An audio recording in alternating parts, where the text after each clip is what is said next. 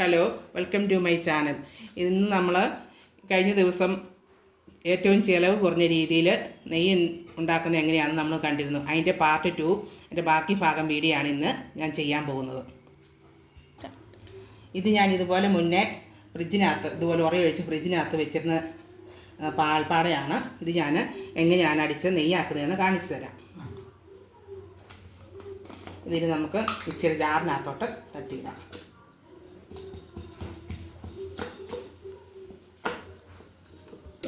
ഇത് ഞാൻ ആ മിക്സി ജാറിനകത്തോട്ട് മൊത്തം ടിന്നിനകത്തൊന്നും ആക്കിയിട്ടുണ്ട്. ഇനി നമുക്കത് മിക്സി വെച്ച് എങ്ങനെ അടിച്ചെടുക്കാമെന്ന് നോക്കാം.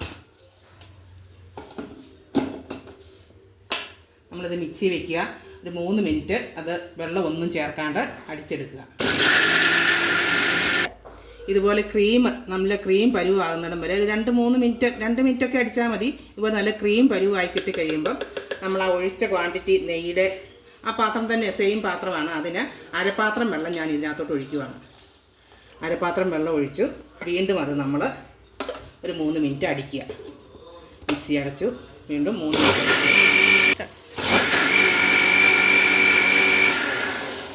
നമുക്കിനി ഇത് തുറന്ന് നോക്കാം.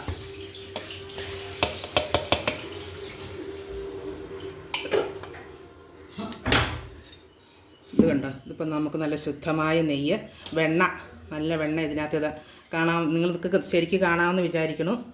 ഇതാ ഇങ്ങനെ സ്പൂൺ കൊണ്ട് പതുക്കെ ഇങ്ങനെ ഉരുട്ടിയെടുത്താൽ നമുക്കതിനകത്തു നിന്ന് ആ വെണ്ണ നമുക്ക് ഉണ്ടാകും. തീരെ കുറച്ച് നമ്മൾ ഒഴിച്ചിട്ടുള്ളായിരുന്നു ഇതിനകത്ത്. ആ പാൽപ്പാട മാത്രം എടുത്ത് ഇങ്ങനെ യൂസ് ചെയ്തുകൊണ്ടാണ് ഇത്രയും വെണ്ണ നമുക്ക് കിട്ടുന്നത്.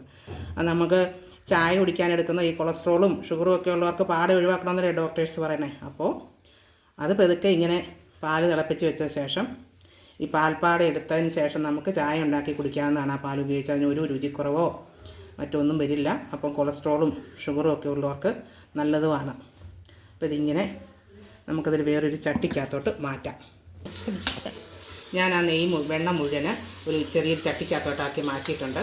അതായത് ബാക്കി വന്ന മോരിതാണ്. ഇത് നമുക്ക് കാച്ചി ഉപയോഗിക്കുമോ അല്ലെങ്കിൽ മോരും വെള്ളമായിട്ട് ഉപയോഗിക്കുമോ, എന്ത് വേണമെങ്കിലും ചെയ്യാം. ഇനി ഈ നെയ്ക്കകത്തോട്ട് നമ്മൾ നല്ല തണുത്ത വെള്ളം, ഒരു കുപ്പി വെള്ളം ഒഴിക്കുകയാണ്.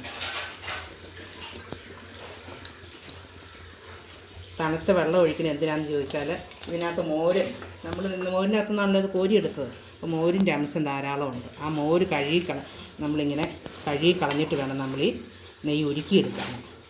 ഇതിങ്ങനെ ആ തണുത്ത വെള്ളം ആകുമ്പോൾ അതിനകത്ത് കട്ട പിടിച്ച് തന്നെ ഇങ്ങനെ കിടന്നോളും. ഇങ്ങനെ ചെയ്യുമ്പോൾ ആ മോരിൻ്റെ അംശം മുഴുവൻ ആ വെണ്ണയ്ക്കകത്തുനിന്ന് മാറി വെള്ളത്തിനകത്തോട്ട് ഇറങ്ങിക്കോളും. ആ വെള്ളം ഊറ്റി കളഞ്ഞ ശേഷം നമുക്കത് അടുപ്പത്ത് വെച്ചിരുക്കി നല്ല നെയ്യായിട്ട് ഉപയോഗിക്കാവുന്നതാണ്.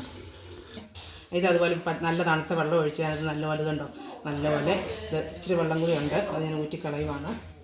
അത് നമുക്കെന്നിട്ട് സ്റ്റവിൽ വെച്ച് നെയ്യാക്കി മാറ്റാം. നമ്മൾ നെയ്യ് ഉരുക്കാൻ വെച്ചത് ഏകദേശം വെള്ളമെല്ലാം പറ്റി അതിൻ്റെ കളറൊക്കെ നല്ല മണമൊക്കെ വന്നിട്ടുണ്ട്. നല്ലപോലെ വെള്ളം പറ്റി തണുത്തതിന് ശേഷം ഇനി നമുക്ക് ഊറ്റി ഒരു കുപ്പിക്കകത്ത് വല്ലതും വെക്കാം. നിങ്ങൾക്ക് കാണാമെന്ന് തോന്നുന്നത് കണ്ടില്ലേ, നല്ല നമ്മൾ കടയിൽ നിന്ന് മേടിക്കുന്നതിന് നല്ല മണമാണ്. നമ്മളിത് ഉരുക്കുമ്പോഴേ നമുക്കറിയാൻ പറ്റുള്ളത്. നല്ല മണമാണ്, നല്ല ടേസ്റ്റുമാണ്. നമുക്ക് ശുദ്ധമായ സാധനം നമുക്ക് വീട്ടിൽ തന്നെ ഉണ്ടാക്കാൻ വലിയ ചിലവൊന്നുമില്ല. എല്ലാവരും ഇങ്ങനെ ചെയ്ത് നോക്കണം. എന്നിട്ട് അതിൻ്റെ കമൻറ്റ് ബോക്സിലിടുക. ഇതുപോലെ ഞാൻ കഴിഞ്ഞ ദിവസം ഉണ്ടാക്കി അരിച്ച് സൂക്ഷിച്ച് വെച്ചേക്കുന്ന നെയ്യാണ്. നിങ്ങൾക്ക് നോക്കുമ്പോൾ തന്നെ കാണാമല്ലോ, നല്ല അടിവശം ഇങ്ങനെ ശുദ്ധമായ നെയ്യ് എപ്പോഴും ഇങ്ങനെ കിടക്കുകയുള്ളൂ. അല്ല നല്ല ഇതിലായിട്ട് ഭംഗിയായിട്ട് നോക്കി നല്ല ചില്ല് പോലെ ഇരിക്കുന്നു. നിങ്ങളിത് എല്ലാവരും ചെയ്ത് നോക്കുക.